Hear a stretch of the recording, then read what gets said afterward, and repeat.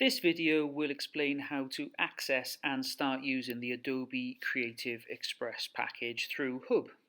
So the first thing we'll do is log into Hub and then click on Adobe Creative Cloud Express.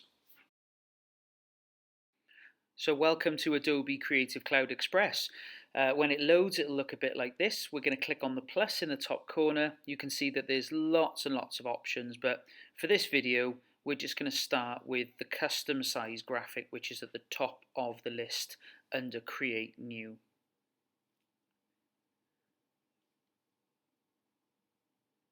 With that chosen, you can select the size of the graphic that you'd like to make. There's a huge range, but just to keep it simple for this one, we're going to go with standard, and we're going to just choose the portrait view, but feel free to explore what suits you for whatever it is you're creating.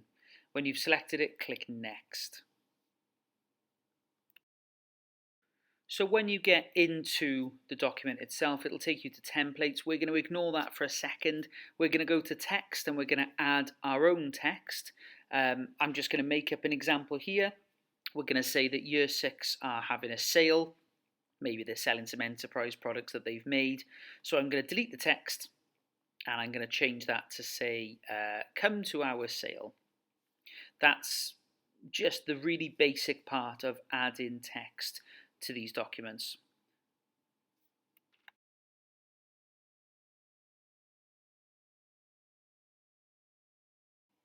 Now our text is in place. If we just scroll a little bit further down the screen, you'll see that there's some other effects that we can apply, and there's also some font recommendations. So feel free to explore these and see if there's a font that really suits your purpose. I'm going to just leave it with this one for now. But we are going to have a look at adding an outline. Now it defaults to yellow because that's the colour palette I'm using, but you could change that to just about any colour you'd like. You can also add a shadow or change the shape, but we're going to leave those as they are just for this video. Another area worth exploring is the design functions. Now the design will give you lots of suggestions for design. Feel free to explore these and to have a little look at not just what's available, but by clicking on the arrows that cross over each other, the alternative colour setups for each of the different designs. You can see in this one there's the same palette of colours but rearranged in different ways to give you different design effects. Choose the one that you like, or feel free to carry on scrolling and see if there's one that suits you better.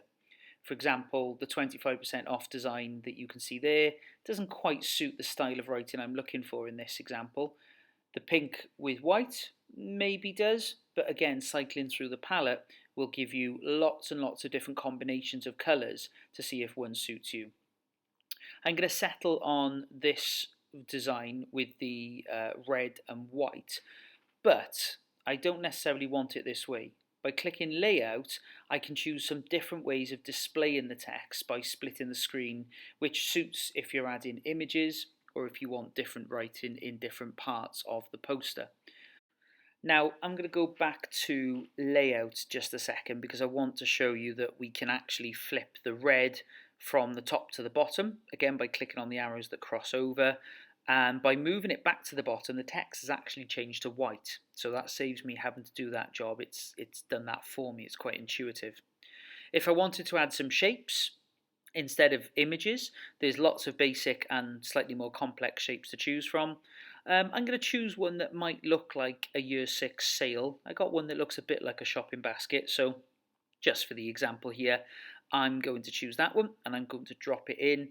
And again, Adobe does this really well. It's chosen a colour that matches the palette I'm using, so I don't have to worry about everything being dropped in a generic black or having to find the right colour that matches.